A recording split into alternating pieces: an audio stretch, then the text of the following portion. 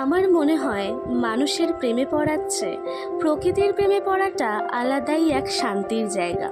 কারণ যেখানে প্রকৃতি প্রেমময় ভাব প্রকাশ করছে, তাই আমার কাছে প্রকৃতি এক ভালোবাসার স্থান, যেখানে গেলে মনটা ভালো হয়ে যায়, যেটিকে আমরা বলে থাকি প্রেমের ভাষায় মেন্টাল পিস।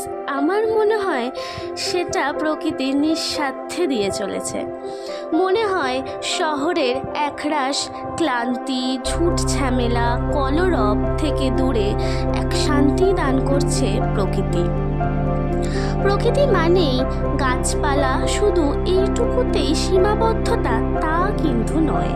তাই আমার কাছে প্রকৃতি এক মাধুর্য, সুন্দর রূপ, অর্থাৎ পাহাড়, গাছপালা, নদ নদী, সমুদ্র এবং পাহাড়ের গায়ে বয়ে চলা সেই পাহাড়ি ঝর্ণা।